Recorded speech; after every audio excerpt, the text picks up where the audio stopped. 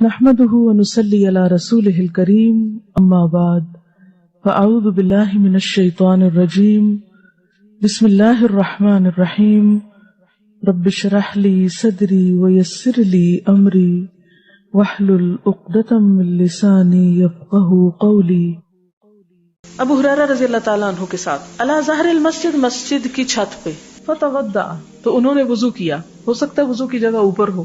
فقالا تو کہا انی سمعت النبی صلی اللہ علیہ وسلم یقول کہ میں نے نبی صلی اللہ علیہ وسلم کو فرماتے ہوئے سنا، ان امتی کہ میری امت یدعون بلائی جائے گی یوم القیامت قیامت کے دن غرن محجلین سفید پیشانیوں والے، چمکتی پیشانیوں والے، چمکتے چہروں والے، چمکتے ہاتھ پاؤں والے، من آثار الوضوء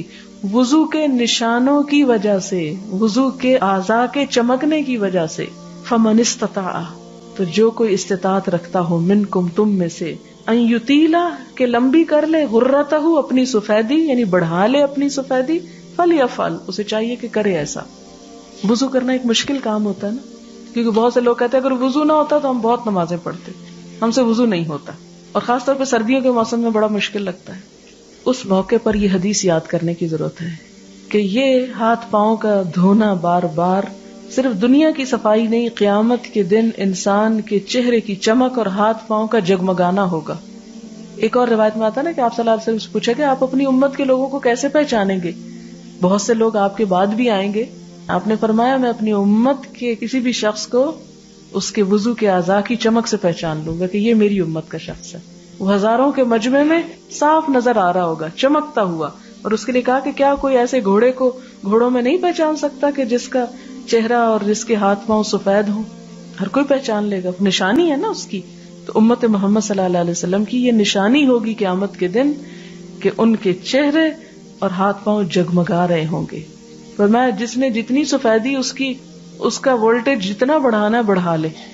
یعنی جتنا وضو زندگی میں زیادہ کیا ہوگا، اس کا یہ نہیں مطلب باتھ روم سے نہ نکلے آپ، مطلب یہ کہ سستی نہ کریں، جب کرنے کی ضرورت پیش آئے تو خوشی سے کر لیں۔ بہت دفعہ ایسا ہوتا ہے کہ نماز کا وقت قریب ہوتا ہے تو ہمیں باتوں کا ٹائلٹ جانے کی ضرورت ہوتی ہے، تو ہم کہتے نہیں پہلے جلدی جلدی ہم نماز پڑھ لیں تاکہ وضو،